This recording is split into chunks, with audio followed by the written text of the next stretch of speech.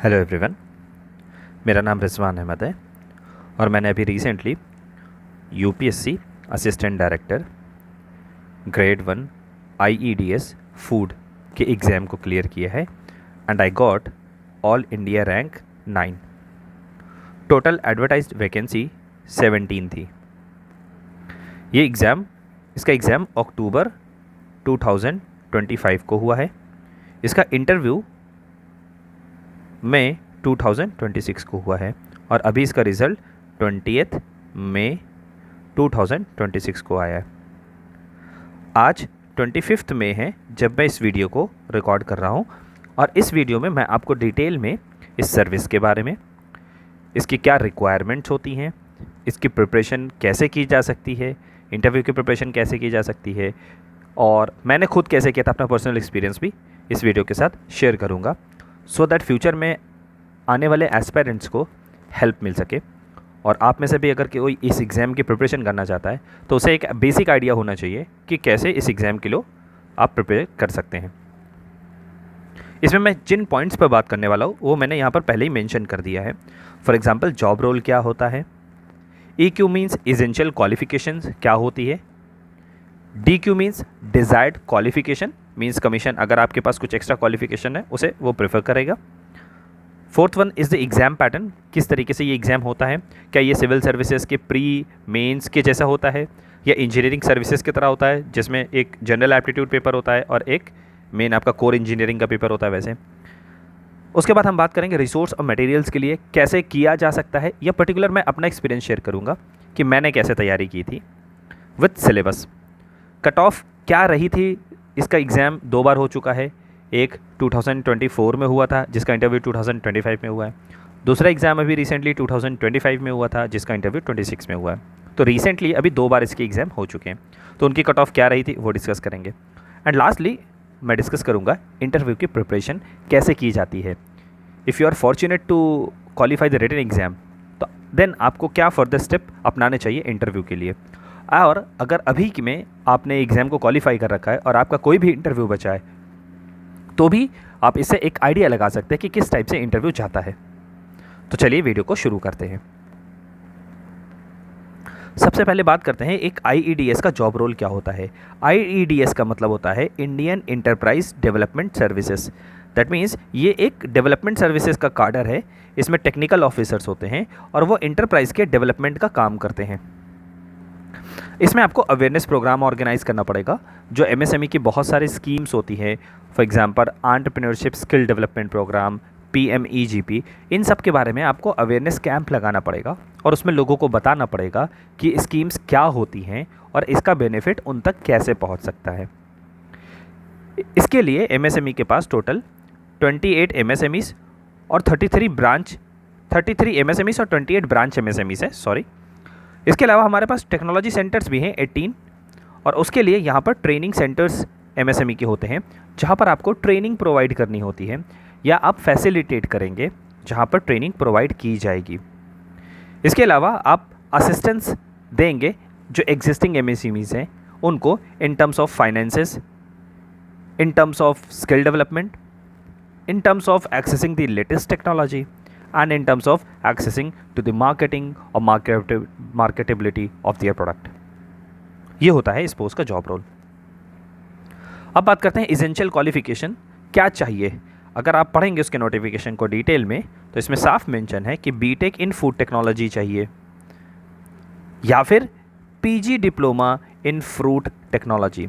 तो इस चीज़ का आप बहुत ध्यान दीजिएगा कि आपका बीटेक फूड टेक होना मैंडेटरी है, और या अगर वो नहीं है तो आपके पास PG डिप्लोमा होना चाहिए फ्रूट टेक्नोलॉजी में। तो आप ध्यान दीजिएगा ये PG डिप्लोमा है, दैट मीन्स आपका UG किस फील्ड में ये मेंशन नहीं है। तो अगर आपने BSc फूड किया है सो फार सो गुड, अगर आपने नॉर्मल BSc किया है उसके बाद आपने PG डिप्लोमा कर लिया फ्रूट टेक्नोलॉजी में तो भी आपकी डिग्री एक्सेप्टेबल है। इसके बाद बात करते हैं डिज़ायर्ड क्वालिफिकेशन की। Desired qualification is not mandatory कि होना ही चाहिए, बट अगर है तो चांसेस हैं आपको कुछ पॉइंट्स, कुछ मार्क्स एक्स्ट्रा मिलेंगे इंटरव्यू में। जैसे अगर आपने MTech कर रखा है या आपने MSc या आपने PhD कर रखा है या फिर आपको वर्किंग एक्सपीरियंस है फूड टेक्नोलॉजी की फील्ड में, तो याद रखिएगा, अगर आपको एक्सपीरियंस नॉन फूड सेक्टर में है, आप किसी और जॉब में थे, तो वो उतना एक्सपीरियंस काउंट नहीं होता है। इवन दो आपकी एक्सपीरियंस को ऐड कर लिया जाएगा, बट आपको बहुत ज़्यादा बेनिफिट नहीं देगा। अब आते हैं इसके एग्जाम के पैटर्न पर कैसे होता है। देखिए, इसके लिए सबसे पहले यूपीएससी एक रिक्रूटमेंट टेस्ट लेता है, मैंने शॉर्टकट में आरटी लिखा है। इस रिक्रूटमेंट टेस्ट को क्वालिफाई करने के बाद फिर बच्चों का इंटरव्यू होता है और इसके बाद फाइनली आपका सिलेक्शन हो जाएगा। तो दैट मीन्स आप देख सकते हैं इसमें 2 प्रोसेस से आपको होकर के गुजरना है, एक रिटन टेस्ट यानी कि रिक्रूटमेंट टेस्ट और दूसरा इंटरव्यू। यही 2 स्टेज होते हैं। अब ये जो रिक्रूटमेंट टेस्ट होता है, इसके लिए यूपीएससी ने वेल डिफाइंड सिलेबस बना रखा है। तो सिलेबस क्या है, अगर आप देखेंगे तो these are the 8 points of syllabus जो आपको पढ़ करके जाना है। और लगभग आप देखेंगे इंजीनियरिंग सर्विसेज एग्जाम जो होता है, चूँकि वो फूड टेक्नोलॉजी की फील्ड में अभी तक नहीं है, तो ये इसका सिलेबस देखेंगे तो उसके जनरल एप्टीट्यूड वाला जो सेक्शन होता है इंजीनियरिंग सर्विसेज एग्जाम का, जो कि बेसिकली सिविल, मैकेनिकल, इलेक्ट्रिकल वालों के लिए होता है, ये उससे मिलता जुलता है। जैसे सबसे पहला पॉइंट आप देखिए, current issues of national and international importance relating to social, economic and industrial development. अगर आप इसकी पहली लाइन देखेंगे, current issues of national and international importance, तो ये यूपीएससी सीएसई का भी सिलेबस में सेम लिखा हुआ है, लेकिन इसने कुछ लिमिटेशंस डाल दिए, social, economic and industrial development. तो इनके जो करंट अफेयर्स के क्वेश्चन आते हैं, आप मोस्टली देखेंगे either they are related with the economy, और they are related with the social, और they are related with the industrial development that is taking place presently in our country. अब इसके लिए मैंने खुद क्या रिसोर्स या खुद मटेरियल फॉलो किया था, मैंने इसके साइड में लिख दिया है ताकि आपको आसानी हो। एक तो मैंने पीडब्ल्यू वालों का, फिजिक्स वाला का, ईएससी के मैराथन वो रन करते हैं करंट अफेयर्स के लिए, तो मैंने उसे देखा था। इसके अलावा चूंकि मैं यूपीएससी सिविल सर्विसेज की प्रिपरेशन ऑलरेडी कर रहा था लास्ट 3 ईयर से, तो मैंने यूपीएससी की करंट अफेयर्स को फॉलो कर रहा था continuously for the past 3 years, तो कहीं ना कहीं मुझे उसका फ़ायदा मिला था। सेकेंडली, एप्टीट्यूड सेक्शन देखना है हमें, जिसमें logical reasoning and analytical abilities होती है। ये लगभग अगर आप इंडिया के किसी भी कॉम्पिटिटिव एग्जाम्स में देखेंगे तो उसमें रीजनिंग का पार्ट होता ही होता है, और एनालिटिकल एबिलिटी, एनालिटिकल स्किल्स का पार्ट होता है। तो ये बहुत ईजी सेक्शन होता है, इसे आप आसानी से कवर कर सकते हैं। मैंने खुद पर्सनली से गेट एकेडमी से कवर किया था। इसके अलावा साथ ही जब मैं यूपीएससी सिविल सर्विसेज की प्रिपरेशन करता था, तो उसमें सीसैट का एक पोर्शन होता था, तो मैंने सीसैट के लिए रीजनिंग पढ़ा था, तो उसने मुझे वहाँ पर हेल्प की। थर्ड पार्ट आता है मैथमेटिक्स एंड न्यूमेरिकल एबिलिटी, यानी कि इंजीनियरिंग मैथमेटिक्स का जो सिलेबस होता है, जो आपने आपने बीटेक में भी पढ़ा होगा, वही आता है सेम। तो यूट्यूब से मैंने इसको देखा था, गेट एकेडमी के लेक्चर्स, जो कि फ्री ऑफ कॉस्ट अवेलेबल है। इसके अलावा basics of energy and environment, तो देखिए इन्वायरमेंट का सेक्शन तो आप अगर यूपीएससी सीएसई की प्रिपरेशन कर रहे हो तो वहाँ पे पढ़े होंगे, मैंने किया था तो मैंने पढ़ा था, लेकिन ये एनर्जी वाला पार्ट मैंने नहीं पढ़ा था। तो अगर आप देखेंगे तो आपको यूट्यूब पर इसकी बहुत सारी वीडियो लेक्चर मिल जाएगा अनअकैडमी का, तो आप वो भी देख सकते हैं। मैंने भी अनअकैडमी के लेक्चर्स देखे थे। इसके अलावा मैंने ईएससी के नोट्स गूगल आप करेंगे तो आपको मिल जाएगा। आप इंजीनियरिंग सर्विसेज एग्जाम के सिलेबस वहाँ से आप नोट्स उठा सकते हैं, इन्वायरमेंट एंड एनर्जी का, वहाँ से भी आप पढ़ सकते हैं। मैंने भी उसको फॉलो किया था। इसके बाद आता है बेसिक्स ऑफ प्रोजेक्ट मैनेजमेंट। ये थोड़ा सा नया है, हम अपने बीटेक या एमटेक के टाइम पे बहुत ज़्यादा इसे नहीं पढ़ते। तो प्रोजेक्ट मैनेजमेंट को मैंने मेड इजी के नोट से पढ़ा था। इसके अलावा मैंने यूट्यूब का लेक्चर्स को भी देखा था, अभय सर के लेक्चर्स। नेक्स्ट आता है basics of material science and engineering. Material science and engineering को मैंने कवर करने के लिए यूट्यूब के लेक्चर्स देखे थे, साथ ही मेड इजी के नोट्स को फॉलो किया था। और लास्ट में ICT, information and communication technology के लिए मैंने मेड इजी के नोट्स फॉलो करे प्लस यूट्यूब की videos. And lastly ethics and values engineering profession के लिए मैंने मेड इजी के नोट्स फॉलो किए प्लस यूट्यूब पे आपको मिल जाएगा अनअकैडमी के लेक्चर्स, आप अनअकैडमी के देख सकते हैं। पीडब्ल्यू के भी लेक्चर्स आपको मिल जाएंगे। तो आप देख सकते हैं मैंने ज़्यादातर चीज़ों के लिए यूट्यूब को ही सहारा लिया। साथ ही ये मेड इजी के नोट्स आपको मार्केट में मिल जाएंगे ईजिली, तो आप वहाँ से इसको परचेज़ कर सकते हैं। अब कुछ और बातें करते हैं, जैसे जो रिक्रूटमेंट टेस्ट होगा वो कैंडिडेट्स को बता दिया जाएगा एडमिट कार्ड्स के साथ। दूसरा, जो कंबाइंड रिक्रूटमेंट टेस्ट होगा और इंटरव्यू होगा उसका एक वेटेज होता है 75:25 का वेटेज। दैट मीन्स आपके रिटन एग्जाम्स के 75% वेटेज होगा, 75% मार्क्स काउंट होता है, जबकि इंटरव्यू का केवल 25% ही वेटेज होता है। अब कुछ मिनिमम स्टैंडर्ड क्वालिफिकेशन है आपके लिए, जैसे अगर आप जनरल या ईडब्ल्यूएस कैटेगरी से आते हैं तो आपका रिक्रूटमेंट टेस्ट के लिए अगर आपको इंटरव्यू का कॉल आएगा या नहीं, वो डिपेंड करता है कि आपके मिनिमम 50 या उससे ज़्यादा मार्क्स होने चाहिए। अगर आप ओबीसी कैटेगरी के हैं तो मिनिमम 45 या उससे ज़्यादा होना चाहिए। अगर आप SC/ST कैटेगरी में आते हैं तो मिनिमम 40 या इससे ज़्यादा होना चाहिए। और अगर आप PWD आते हैं इनमें से किसी कैटेगरी में तो मिनिमम 40 या उससे ज़्यादा होना चाहिए। अब बात करते हैं कट ऑफ की। तो जैसा कि मैंने वीडियो के शुरुआत में ही जिक्र किया है कि अभी 2 एग्जाम्स हुए हैं, एक 24-25 में हुआ है, एक 25-26 में चल रहा है। 24-25 वाले में आप देखेंगे कि रिक्रूटमेंट टेस्ट की कट ऑफ 70 से 80 थी। ऑलमोस्ट मैं जनरल कैटेगरी के लिए बता रहा हूँ, SC/ST OBC के आप इसी के अकॉर्डिंग जज कर सकते हैं। और 2025-26 की बात करूँ तो जनरल कैटेगरी की कट ऑफ 110 to 120 के अप्रॉक्स हो सकती है, क्योंकि कमीशन ने भी ऐसा कुछ रिलीज़ नहीं किया ऑफिशियल डेटा।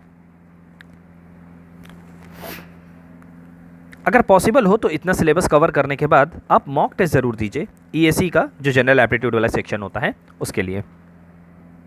ये भी आपको किसी भी कोचिंग मटेरियल का मिल जाएगा, जिसे आप देख सकते हैं। अब बात करते हैं, अगर आपने रिटन एग्जाम को क्वालिफाई कर लिया है, रिक्रूटमेंट टेस्ट। अच्छा, रिक्रूटमेंट टेस्ट कैसा आता है मैं ये बता देता हूँ। रिक्रूटमेंट टेस्ट जो आपका होगा RT, it will carry off 100 questions. ये अभी लेटेस्ट वाले में हुआ है, उससे पहले वाले में 120 क्वेश्चंस आए थे, तो इस बार 100 क्वेश्चंस आए हैं। Each questions will carry 3 marks, that means a total of 300 marks का पेपर आपका होगा। तो आप देख रहे हैं पहली बार में जब 120 क्वेश्चन आए थे तो 300 मार्क्स में से कट ऑफ कितना गया था, 70 to 80। और इस बार 110 to 120, ऐसा इसलिए क्योंकि इस बार कंपटीशन बढ़ गया है। दैट मीन्स नेक्स्ट टाइम जब फिर से ये एग्ज़ाम होगा ना, तो आप देखेंगे इससे भी हायर जा सकती है कट ऑफ। नेगेटिव मार्किंग भी होती है। अगर आपको 3 मार्क्स मिलने एक करेक्ट क्वेश्चन के लिए तो 1 मार्क्स आपके डिडक्ट कर लिए जाएंगे एक रॉन्ग क्वेश्चन के लिए। अब बात करते हैं इंटरव्यू की प्रिपरेशन कैसे करेंगे। देखिए, इंटरव्यू के कुछ पॉइंट्स मैं आपको बताता हूँ। सबसे पहले वो आपका इंट्रोडक्शन पूछेंगे, हो सकता है नहीं भी पूछे। जब मैंने लास्ट ईयर इंटरव्यू दिया था तो उन्होंने पूछा था इंट्रोडक्शन।